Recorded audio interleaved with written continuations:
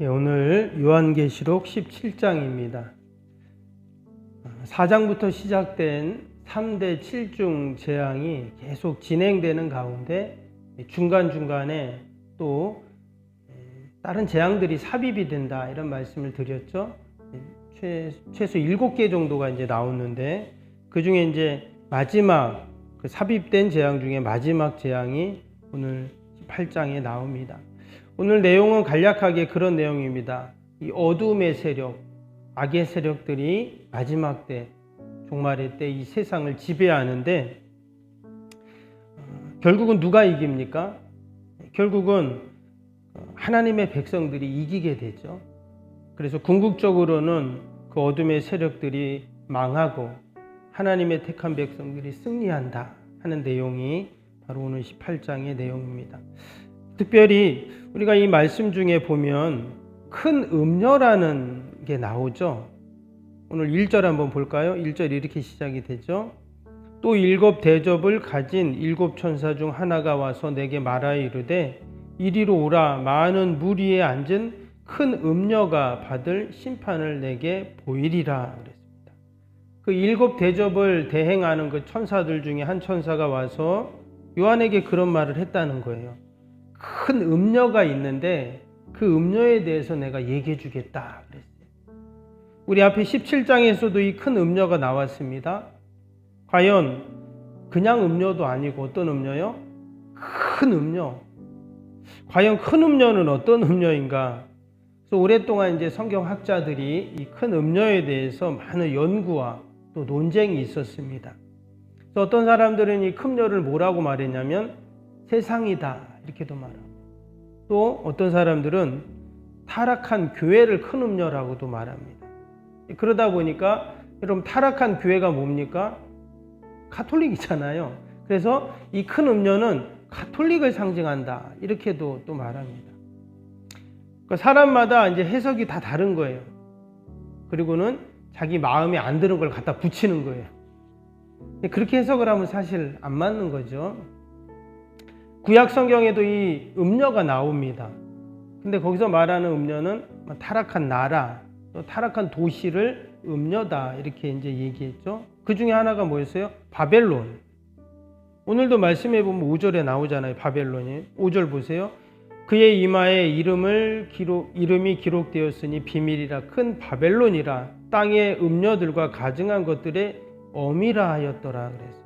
여기 보니까 그 음녀들의 어미가 바벨론이다. 그래서 이 큰 음녀는 누구냐?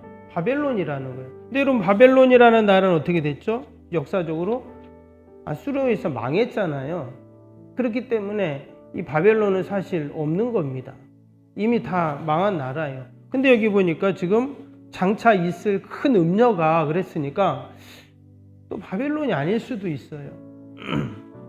그래서 이제 많은 학자들은 여기서 말하는 음녀는 바로 로마를 비유한다 이렇게 표현을 한 거예요. 왜 로마를 비유했는가? 왜냐하면 말씀해 보면 이제 그런 내용이 나와요. 1절 다시 보시면 1절에 뭐라 그랬어요? 그 또 7 대접을 가진 7 천사 중 하나가 와서 내게 말하여 이르되 오라 이리로 오라. 많은 물 위에 앉은 큰 음녀가 받을 심판을 내게 보이리라 그랬어요. 이 음녀가 어디에 앉아 있냐면 많은 물 위에 앉아 있다 이랬어요. 그래서 이 계시록에 나오는 물은 세상을 의미하거든요. 세상 나라들을 말합니다. 근데 그 큰 음녀가 그 세상 나라들 위에 딱 앉아 있어요. 15절 밑에 보세요. 15절에 또 천사가 내게 말하되 내게 본 바 음녀가 앉아 있는 물은 백성 무리 열국과 방언들이더라 이랬어요. 그러니까 이 음녀가 이 세상의 모든 백성들, 열국들을 지배하는 세력이 바로 큰 음녀다 이렇게 말합니다. 이 요한계시록에 나오는 내용들은요 2중적, 3중적 의미가 있다 그랬죠. 그래서 말씀드린 것처럼 이 큰 음녀는 비유로 썼지만 당시에는 로마 제국을 말한다 이렇게도 말하고, 또 다른 의미에서는 세상을 지배하는 어둠의 세력, 권세를 말한다는 것이죠. 근데 여러분 궁극적으로 이 종말의 때 마지막 때가 되면 이 어둠의 세력들이 어떻게 하겠어요? 자기네들이 결국은 망한다 했잖아요. 큰 음녀도 결국은 하나님의 심판으로 망한다 그랬으니까 망할 때쯤 되면 발악을 하겠죠. 더 극성을 부리겠죠. 마지막까지 자기들의 어떤 그 권세와 힘을 막 나타내지 않겠어요? 근데 마지막 때가 될 때 이런 어둠의 세력들의 그 발악을 하는 그 모습이 이제 결국 우리 하나님의 택한 백성들과의 대결이 되는 것이죠. 그래서 오늘 3절 보세요. 3절 보니까 곧 성령으로 나를 데리고 광야로 가니라. 내가 보니 여자가 붉은 빛 짐승을 탔는데 그 짐승 몸에 하나님을 못 오가는 이름들이 가득하고 7 머리와 7 뿔이 있으며 그랬어요. 그 큰 음녀가 그 붉은 빛 짐승을 타고, 이 짐승이라는 표현 자체가 어떻습니까? 벌써 이 어둠의 세력, 악의 세력을 말하는 거죠. 근데 그 짐승의 몸에 하나님을 못 오가는 이름이 가득 적혀 있다고 했어요. 말 그대로 그들은 적그리스도이고 사단 마귀다라는 것을 우리가 알 수가 있습니다. 뭐 어떤 학자들은 7 머리와 10 뿔을 가르쳐서 세상의 7 나라, 강대국들, 그리고 10 뿔은 로마의 10명의 황제, 뭐 이렇게도 해석을 합니다. 근데 뭐 그렇게까지 해석할 필요는 없어요. 그냥 다 어둠의 세력들입니다. 근데 그들이 어떻게 한다는 거예요? 자신들이 가진 그 권세로 이 세상의 왕들, 또 세상 나라들을 다 조종을 하는 거예요. 겉으로 보기에는 뭐예요? 그냥 세상의 나라고 세상의 권세인데 그 뒤에서 이 사단 마귀가 다 조종을 하는 거예요. 때문에 우리는 늘 여러분 영적으로 깨어 있어서 그런 어둠의 세력들을 우리가 봐야 할 줄로 믿습니다. 아멘. 그래서 우리에게 하나님께서 기도하라고 하는 거죠. 나라 민족을 위해 기도하고 세상의 이 어둠의 세력들이 뒤에서 조종하는 것들을 늘 우리가 깨어 있어 기도해야 하는 것이죠. 이어지는 4절도 볼까요? 그 여자는 자주빛과 붉은빛 옷을 입고 금과 보석과 진주로 꾸미고 손에 금 잔디를 가졌는데 가증한 물건과 그 음행에 더러운 것들이 가득하더라 그랬어요. 여기 보면 음녀의 모습을 지금 기록을 하고 있죠. 보니까 자주빛과 붉은빛 나는 옷을 입고 온갖 금은 보석으로 치장을 하고, 그러니까 겉이 상당히 화려합니다. 여러분, 겉이 너무 화려하면 어때요? 일단은 좀 의심할 필요가 있어요. 너무 이 거창하고 화려하게 하면 뭔가 사람들의 이목을 끌려고 하고 그러잖아요. 때문에 지금 음녀의 모습도 그래요. 그런데 보세요. 그런데 그 손에 금잔을 가졌는데 뭐라고요? 가증한 물건과 그 음행에 더러운 것들이 가득하다 그랬어요. 겉은 화려한데 그 가지고 있는 것이 결국은 뭐예요? 음행과 더러운 것이 가득하다. 사람들은 대개 뭘 보죠? 겉에만 보잖아요. 그죠?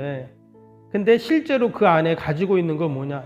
온갖 더러운 것, 음행이 가득했다는 거예요.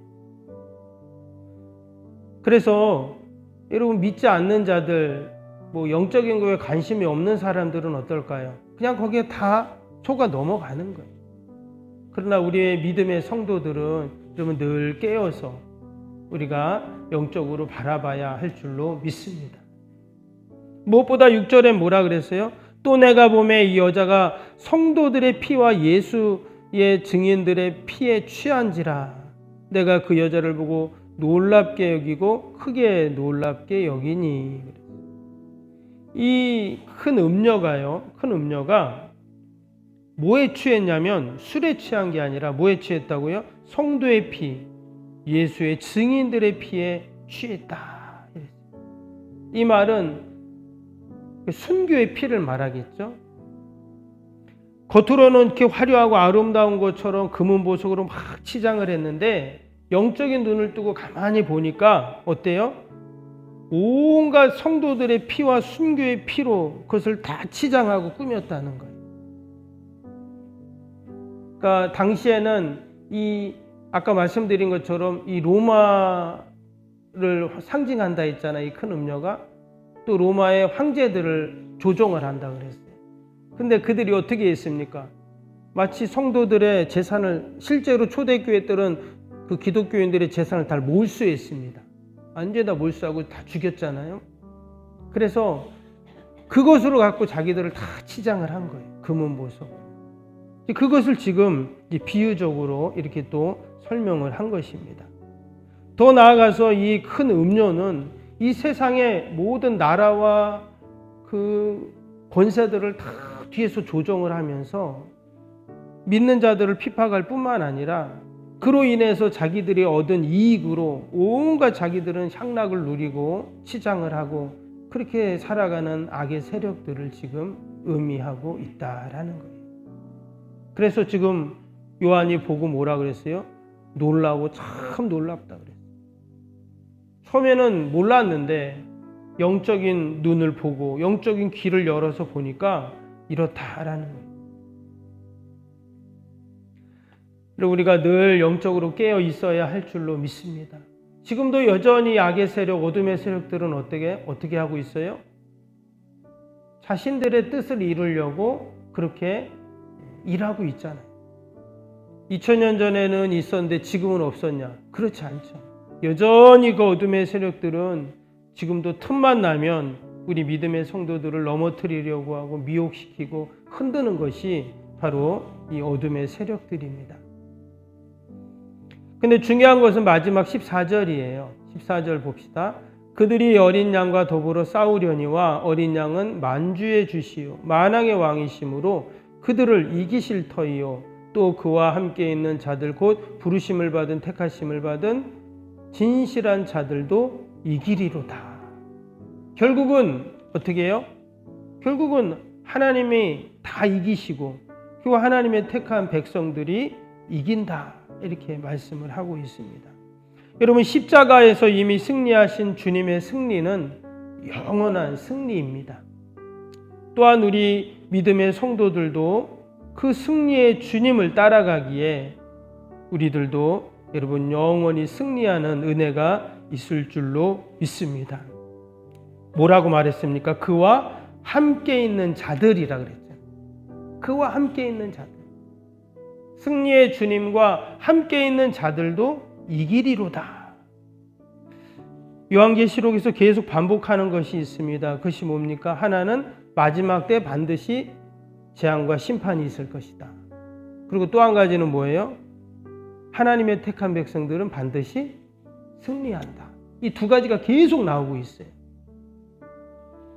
여러분 우리가 오늘 하루도 또 한 주간을 살면서도 그와 함께하는 자들이 이기리로다. 이 말씀을 우리가 생각하면서 여러분 마지막 때에 있을 심판의 때뿐만 아니라 여러분 하나님의 심판과 그 뜻은 이 땅에 지금도 계속 이루어지고 있거든요. 때문에 우리가 주님과 함께할 때 우리는 늘 승리하는 그런 은혜가 분명히 있을 줄로 믿습니다. 기도하겠습니다. 우리 오늘 주일 기도입니다. 1번부터 15번까지 기도 함께 하겠습니다. 하나님과의 친밀함이 더욱 넘치며 주님의 뜻을 통찰하게 하옵소서. 아멘. 건축이 진행되는 동안 날마다 샘솟는 하늘의 은혜로 채워 주옵소서. 아멘. 영력과 리더십 건강을 더하사 교회 건축을 은혜롭게 섬기게 하옵소서. 아멘. 신령한 생명의 양식을 공급함으로 성도들의 영혼이 부흥하게 하옵소서. 아멘. 건축을 위하여 맡겨진 소임을 더욱 충성스럽게 감당하게 하옵소서. 아멘. 영적으로 충만하여 하나님의 은혜가 날마다 샘솟듯 넘쳐나게 하옵소서. 아멘. 앞장서서 섬기시는 장로님들의 가정과 자녀와 사업에 복을 더하여 주옵소서. 아멘. 모든 중직자들이 마음을 모으고 정성을 모아 성전을 짓게 하옵소서. 아멘. 건축위원장과 건축위원들에게 지혜와 지식의 영으로 충만케 하옵소서. 아멘. 하나님의 마음을 알고 하나님의 영광에 합당한 성전으로 세우게 하옵소서. 아멘. 모든 성도들이 건축위원이라는 주인 의식을 가지고 기도에 힘쓰게 하옵소서. 아멘. 구역원들이 말씀의 꼴을 풍성히 먹도록 먼저 은혜를 경험하게 하옵소서. 아멘. 교회의 영광을 위해 맡겨진 사명을 기도함으로 감당하게 하옵소서. 아멘.